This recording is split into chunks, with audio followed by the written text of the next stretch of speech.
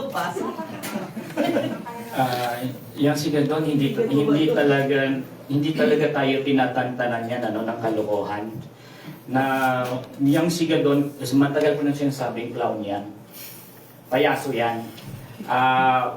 At yung pagkatalaga sa kanya ni Bongbong Marcos, nagpapakita lang na hindi seryoso si Bongbong Marcos talakayin ang problema sa kahirapan.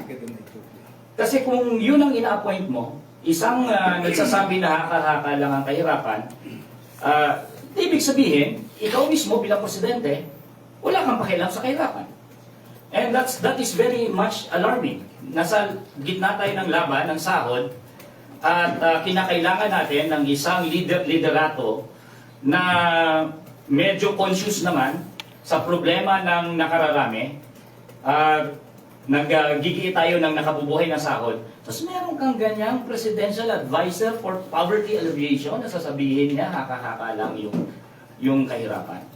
So alarming yan, and it shows na medyo ang attitude ng Malacanang pagdating dito ay hindi maganda pagdating sa sahod. Kaya sana mga manggagawa, alam mo, hindi natin makukuha ang yung ating karapatan sa paghihintay lang sa kay Bongbong Marcos at sa mga opisyal natin sa gobyerno. Kailangan natin magbigis-bigis at paglaban natin, lalo-lalo yung taas sahod.